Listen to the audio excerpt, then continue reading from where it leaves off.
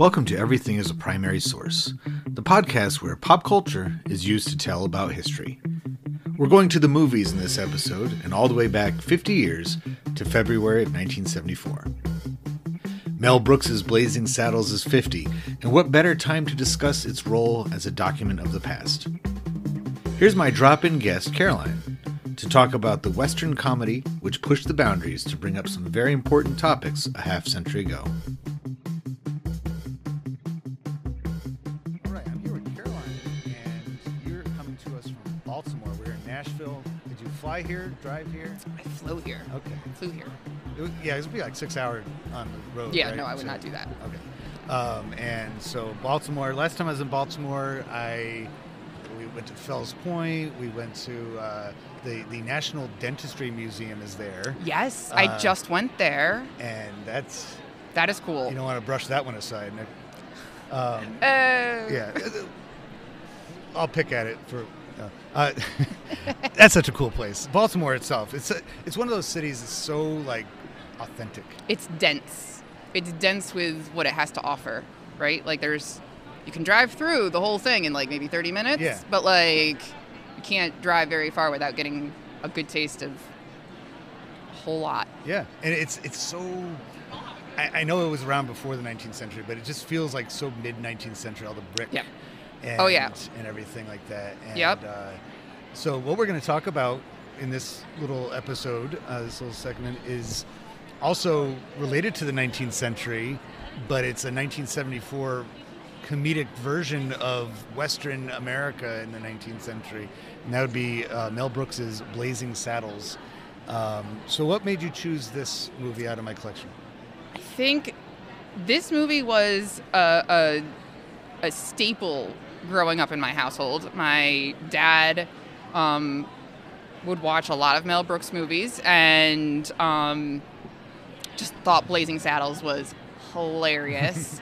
Particularly the campfire scene was like his favorite. And I remember watching it the very first time and just being like completely appalled at the movie and going like, this isn't funny. This is like nothing about this movie is funny. I find this completely like I couldn't get past. Like I knew what they were trying to do was funny, but it was like a huge marker for me, I guess, in time. And maybe that might be one of the first times in like as a child where I was like, wow, like things change as we go. And in movies particularly, I think are a really good marker of what life was like in that moment or what we thought life was like in that moment.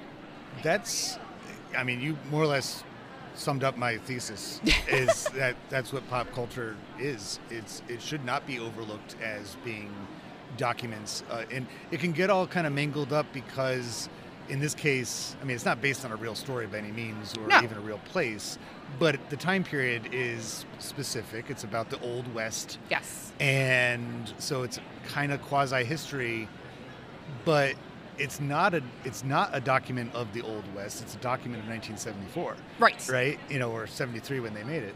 Yes. And so it's like, what does that tell us about that really kind of, for our generation, kind of a bizarre take on humor? Because we grew up with Spaceballs. Like, that was made in our lifetime. And that was like...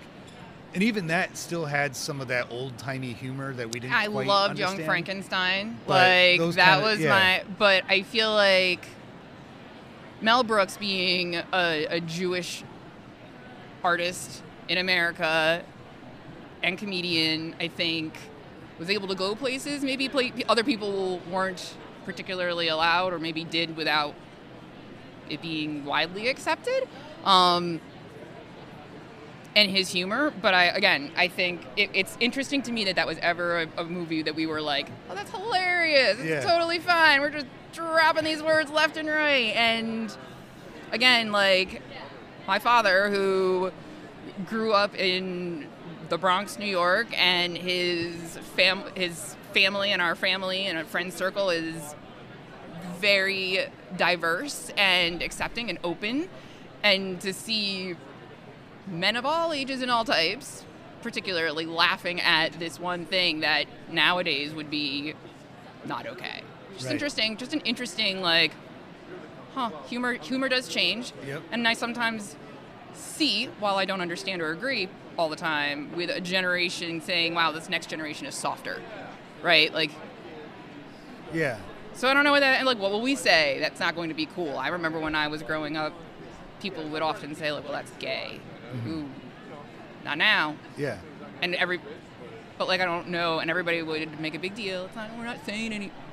So again, I think words change in their meaning, and their weight changes in their meaning, and I think it's an interesting reflection on what was funny at that time. It's kind of where we were culturally at that time. Pop culture has done that for us. Forever. Mass media. Friends. Yeah. Oh, yeah. They have jokes, gay jokes. Did not age well. That like in 96 or so. Right. You get awkward laughs from the crowd. Oh, yeah. But now it's like, not okay. Now they write in characters that are exactly, right.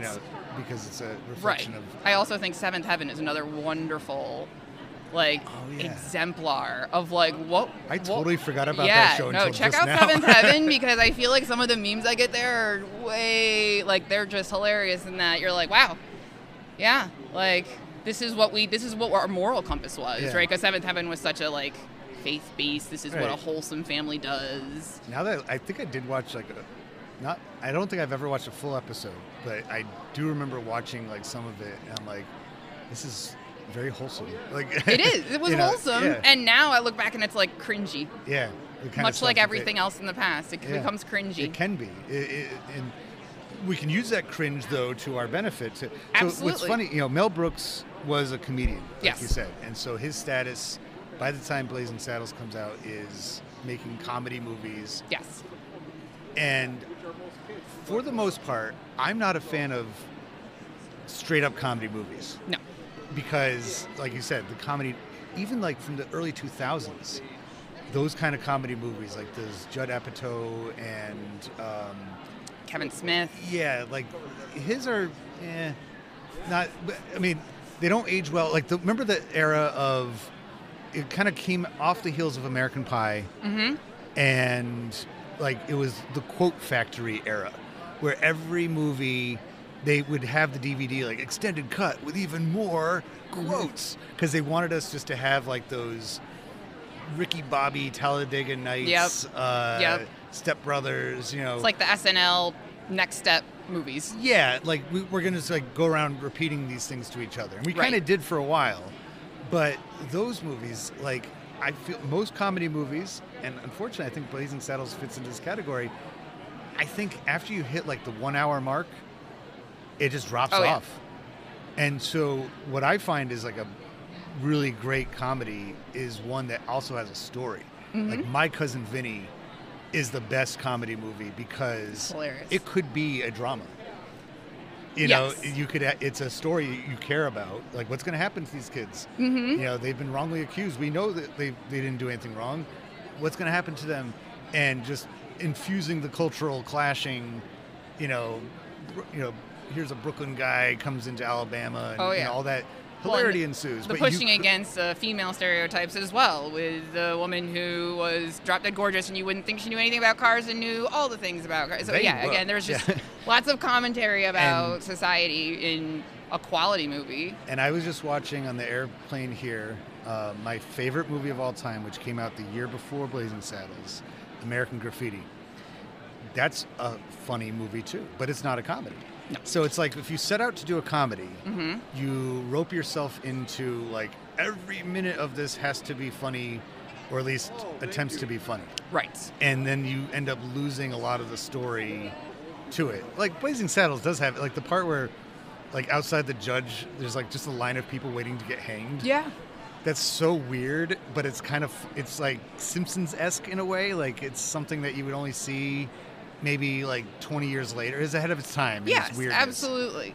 I like that. I like that comedians in general tend to be the ones to push the envelope, and not always does it work out for them. I mean, I think about this was a good thing for Mel Brooks at the time, but Dave Chappelle, it's a lot of pushback for pushing the envelope in what we find to be acceptable. And I think that is a challenge in comedies, and I think that doesn't always translate well to a movie, the way we describe a movie, because as a viewer, we've changed, just like Right. the art has changed, right? And so when we go to the cinema, we want to be taken on an adventure. And sometimes we want that adventure to just be pure hilarious. And to your point, I don't know that we can do, like, I can't be tickled for an hour and a half. Yeah. Now it's not funny anymore. It's just painful. Like, so I think that's I don't think comedy's meant to be an hour and a half long. Right. I think it's meant to be a sketch. 45 minutes. It's meant tops. to be a commentary, a stand-up thing. But like, I do think that it is a interesting place for social commentary to take a dangerous step, but a step towards the line or off the line, because that's what comedy does. Like, if you're not offending somebody or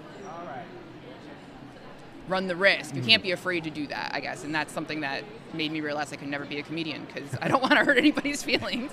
Yeah. Like, I didn't mean it that way. That would be my like comedy bit. I'd be like, I'm sorry. Well, there's plenty of good comedians out Not there you, that are not not insulting, Sure, but sure.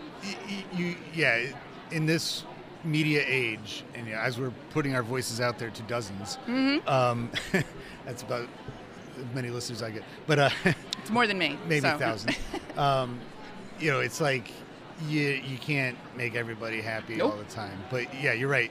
If your style of humor is just to try to be a jerk, Yes. you're not going to make friends. No. That's not fun. No, the same way if you try a movie to be an hour and a half of slapstick humor, Right.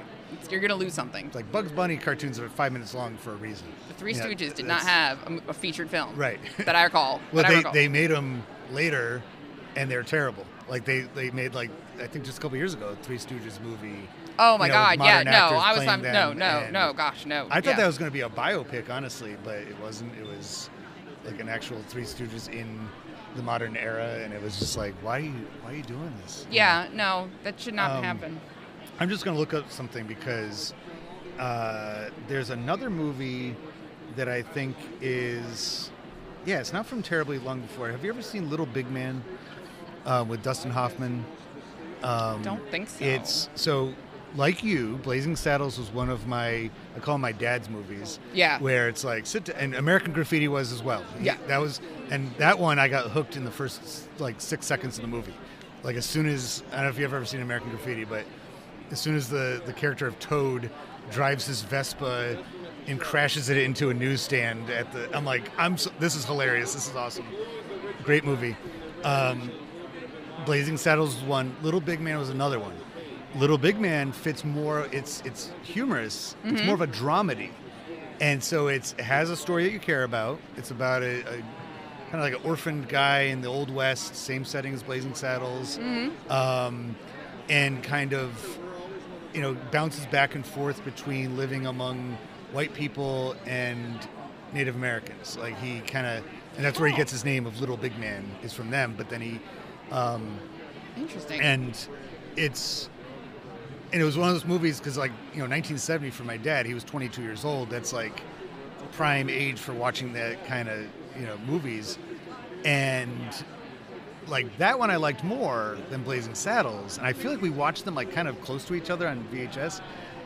And I'm like, I may have even confused the characters in some of them because of similar motifs of the West and all that.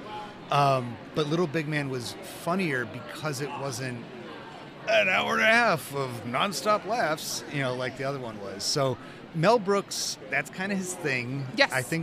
I don't know if it's big enough on the form, if it says, or on the little poster. Does it say Mel Brooks on the title itself? Where did it go? Kind of like when they do like Tim Burton presents. Yes, Mel Brooks, Blazing Saddles. Okay, so I guess by that point, he must have, unless that was a retroactive poster. Or Never Give a Saga an Even Break. I don't even know if that's what it actually says, but yes. It probably does, and again, it makes no sense to us. No. Well, it's just like when you watch those old Peanuts, the Christmas special. Charlie Brown's, and it's like Lucy says, like, the doctor is real in. We're like, what? And you're like, huh? You have to ask them, like, oh yeah, back in the 60s, people said that. Like, you're real in, man. And that was like totally over our head. Yep. But because you fixed it into place in time, you can't erase it. You can't update it like a comedy act, a live stand-up comedy act. You can update that You can edit it. You can cut out stuff. That bombed when I did it in Baltimore. Yeah. When I go to, Frederick, from Maryland, or Gaithersburg. Oof, yes. My next stop, I'll drop that part. Yeah. They don't get the crab jokes there. So I think that, that early 70s was a funny time for all media. Well, for all history. And for all, reality. Yeah, right? It was rough such go for the country. Really, yeah. It feels a little like the lost decade. And it's like, do you ever show in any of your classes or in school the American Century series with Peter Jennings as the host? They're fantastic. It was ABC News and History Channel. They did a combined thing late 90s. And I use it all the time when I teach 20th century because they go basically 5 to 10 year spans, through the decades. The one for 1970 to 1974 is called The Approaching Apocalypse. That sounds about right. It's a good name. There we are. And it's like, Watergate by the end of that year, 74, expelled the president. That was, Vietnam was crashing down. It was crumbling. There was, prison riots in Attica. There was. The civil rights movement was more or less decapitated. It just turned into identity politics gone wild, and everybody's marching in the streets and rioting. And it's like, it's no wonder that so many artists started to revert in preparation for the bicentennial. Mm-hmm. I mean, maybe this was Brooks' thinking of like tapping into America's history in the 70s. Like Little House on the Prairie was a big show in that time, going back to the 1870s and, simpler life. Well, and John Wayne, and I don't even know if that's his time period, but like Westerns were popular at a point. Yeah. Particularly when my dad was like, if these are my dad's movies, I think about him growing up in the 50s and 60s, like Westerns were the thing. And by 70, when Little Big Man comes out, in 74 by Blazing Saddles, the Western had become a pretty fixed genre. Right. And so they could play with it a little bit. Right. They're like, okay, now, and similar to, and they haven't stopped playing with it. Tarantino did it twice, Django and the other one, not that Magnificent Seven, that's another movie altogether. But you know the one I'm talking about. It is the Magnificent. They're like, isn't it the one in winter though? Yeah. Yeah. Well, I'll look it up later, and I'll go back and be like into the podcast. But he dabbled. Breaking Bad is a Western. It's a modern Western. It is. That kind of setting and. Which I wonder if that's a uniquely American cinematic occurrence. It is, but it isn't, because a lot of those 60s ones were made in Italy. Like the spaghetti westerns with Clint Eastwood is more contemporary for the 70s and 60s and 70s. And, those movies were made almost like an outsider's view of what American... because the West had become, in that era anyway, post-Civil War West had become such a symbol for the whole globe, not just our country, of, ultimate freedom, but also the risks that you take when you're away from civilization, Well, and American innovation at the expense of culture, rights and freedoms, but there was certainly, it's the fresh start, but it's also... And the nostalgic Gilded Age type look of, America, where you can build yourself up from nothing and all of the things. And, So it was definitely a needed thing by the 1970s to be like, hey, let's look into... I was just mentioning American Graffiti. That's a nostalgia movie. Mm-hmm. It takes place 10 years before, but it's still looking back to simpler time, pre-Kennedy assassination, when... that boomer generation had really taken on adulthood, and they're still kids, before that all happened and everything. So Mel Brooks just gave us a solid 25 minutes of conversation, so I can't... Thanks, Mel. Thank you. Is he still alive? He better be. Okay. Hold on, we're going to look that up now. I don't want to end this before we... Mel alive? Next episode, Mel Brooks. Next will be the apology episode of... I'm sorry, Mel. I think he doesn't have a. It doesn't. Yeah, Oh. no, he's still alive. Okay, maybe he's here. Baruch Hashem. Well, I'll tell you what, he would probably get a kick out of us joking around about that. Oh, Robin Hood Men in Tights. That's the one I grew up yeah, with. yeah. That was with Dave Chappelle Yes. as Achu. Yes. And that was right around the same time he did You've Got Mail. That is true. So, yeah. Oh my gosh. The edgiest of the comedians. He is an interesting fellow. He is. I love him. I think he's great. But I can see why he gets the attention that he does. Yes. I think when I can appreciate he's reached the level of success that he doesn't have to be worried about the outcome of him saying or trying to do an adventurous thing. I think artists don't do that often anymore. It's true. It's all about what's going to sell. Right. And that's a good way to end. Carolyn, I really appreciate Thank you. stopping This by was so fun. I am officially famous now. Yes.